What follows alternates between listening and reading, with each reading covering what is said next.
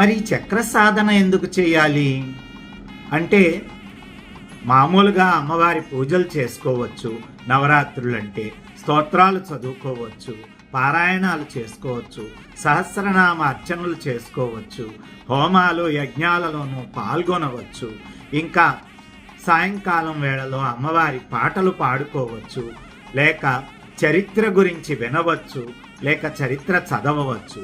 మరి ఈ చక్ర సాధన ఏమిటి అంటే, మనమందరిలోని కూడా ఈ చక్రాలు ఉన్నప్పటికీ సాధన లేనందువలన ఈ చక్రాల యొక్క ఎనర్జీ, ఆ శక్తి అటు ఇటు చెల్లా చెదురై ఉంటుంది. చెల్లా చెదురై ఉన్న చక్రాలు ఎప్పుడూ కూడా మనిషి చుట్టూ ఉన్న ఆరాని బాగా డిస్టర్బ్ చేస్తాయి. మన చుట్టూ ఉన్న ఆరాని మనం ఒకే లెవెల్లోని చేసుకోవడం మన సాధన, మన కర్తవ్యం.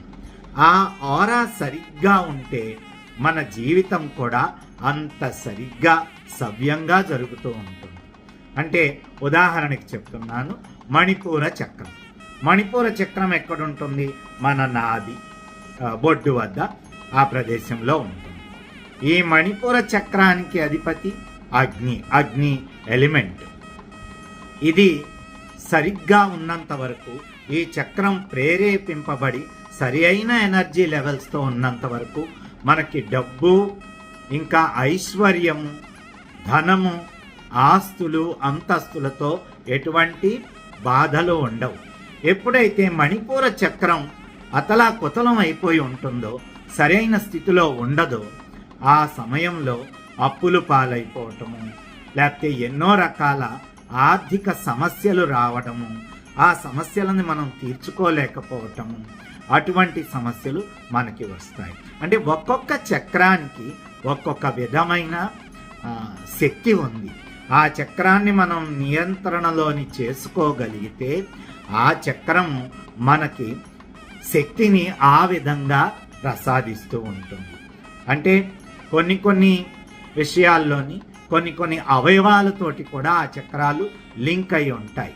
అంటే కొందరికి ప్యాంక్రియాస్లో వ్యాధి ఉంటుంది, కొందరికి యూరినరీ బ్లాడర్లో వ్యాధి ఉంటుంది, కొందరికి యూటిరస్ ఓవర్ బ్లీడింగ్ ఉంటుంది, కొందరికి ఆజ్ఞాచక్రం పనిచేయలేక సమయానికి సరిపడేటట్టుగా చెప్పాలి అనుకున్న మాట కూడా చెప్పలేం ఎదుట మనిషికి.